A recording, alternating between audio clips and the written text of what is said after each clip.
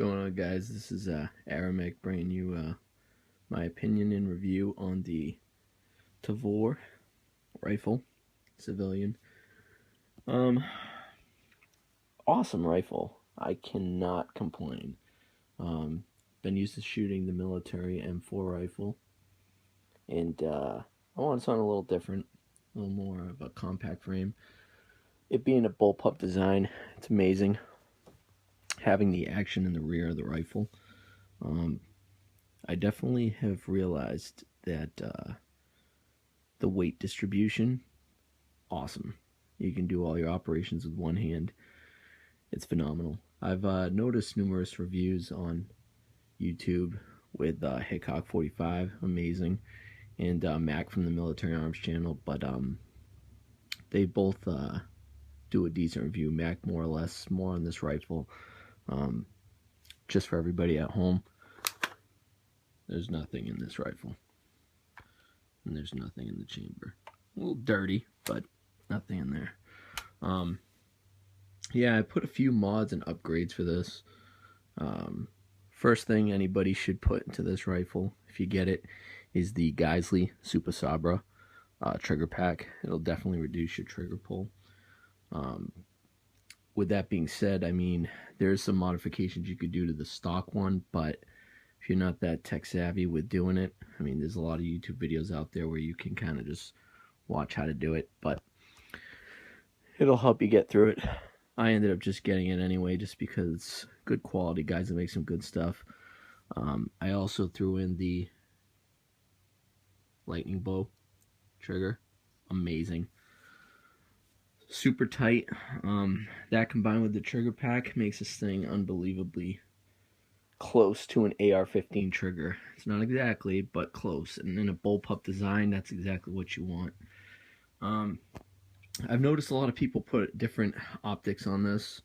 I opted to go with the it.Any sight and the magnifier. Same thing, the it.Any magnifier. Now, Vortex makes a good one. And it's a lot cheaper. The only downside is it will fold into your line of sight. And what I mean by that is when you're looking down the rifle, the fold will turn the opposite way. It'll come this way. And this is to me, I think this is a better setup. And I know you can probably switch it around. I didn't really mess around with it, but seeing how I can take this, and my grip off to use it when I'm doing my military training, I can throw that on my M4. That's preferably why I wanted military grade optics and grip. Other than that, I mean, you can get away with some cheaper stuff if you're just a weekend warrior and you're just going to the ranges every once in a while and doing some shooting. As far as another upgrade I did was the buttstock butt pad. They had the original came out a little bit further. Now this doesn't reduce the legal length of the weapon. You're still gonna get it with this rear part right here, but I did want to get that ergonomic shape to pivot into your shoulder, so when you're lifting it up, it transitions nicely. Now I've seen a lot of grips out there that are pretty decent. The only thing I didn't care for too much is the fact that I had to add this extended piece just to get a grip with a rail system. Now, the Tavor doesn't necessarily need a grip. I mean, it's ergonomically designed pretty well, that you can rest your hand here, the other portion of your forearm here. You can get a really nice grip. They claim to get 6 points of contact on this weapon, and I've tested it out numerous times, and you can.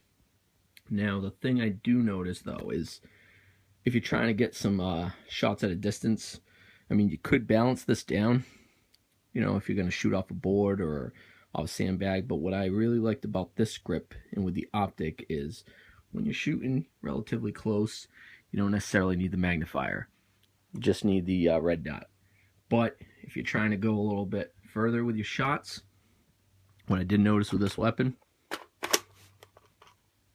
is this grip with this button right here releases into a bipod, sorry. So now you can get a more stable platform and shoot from this position. Now, another reason I went with this grip is it pivots, which is awesome. So if you want to shoot in the prone, you have a supported platform, which is pretty nice. The grip's a little pricey. I ended up paying, I want to say $140 for the grip, but it's really nice. I've been to a few gun shows. I've seen similar grips, but they're more or less your Chinese knockoffs, and there will be a lot of movement up here. So that's one thing you definitely want to test, is if you do go to a gun show and you find a grip, check it. Try and tighten it on something, see how much wobble it has. I mean, overall, it all depends on what you're going to be using it for. For me, since I take this, and this, and use it on my other M4, I want some military grade stuff. But other than that, like, these are a lot of great upgrades.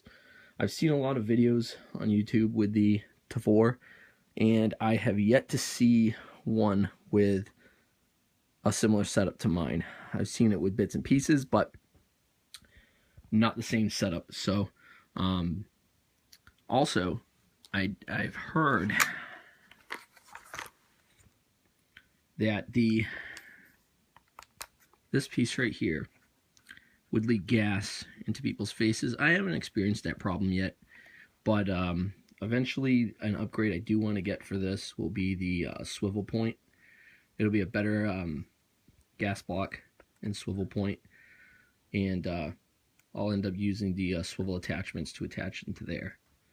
But yeah, overall, I just wanted to go over the Tavor rifle and just highly suggest it to anybody who's looking to get into the market of a bullpup. It's probably one of your better bullpups that's on the market. A little pricey. I'm sure it'll come down, but the aftermarket for this thing is blowing up. There's a lot of additional things you can get for this. I mean, the mechanical of arms, just switching out the magazines and stuff like that, it's not really hard to get used to. I'm used to switching them out on an M4. But with this type of rifle, I mean, you can get used to it really quick. And by having all that weight back here resting on your shoulder makes things a lot easier. Shoots 5.56 and 2.23. I haven't really noticed much of a difference between the two, other than the fact that when you're ejecting brass with the 2.23, it's coming straight across your face. With the 5.56, it'll eject out a little further. But that's only if you're shooting left-handed. If you're shooting right-handed, it's not going to be an issue whatsoever. Yeah, other than that, guys, let me know what you think. Leave your comments in the post. Thanks.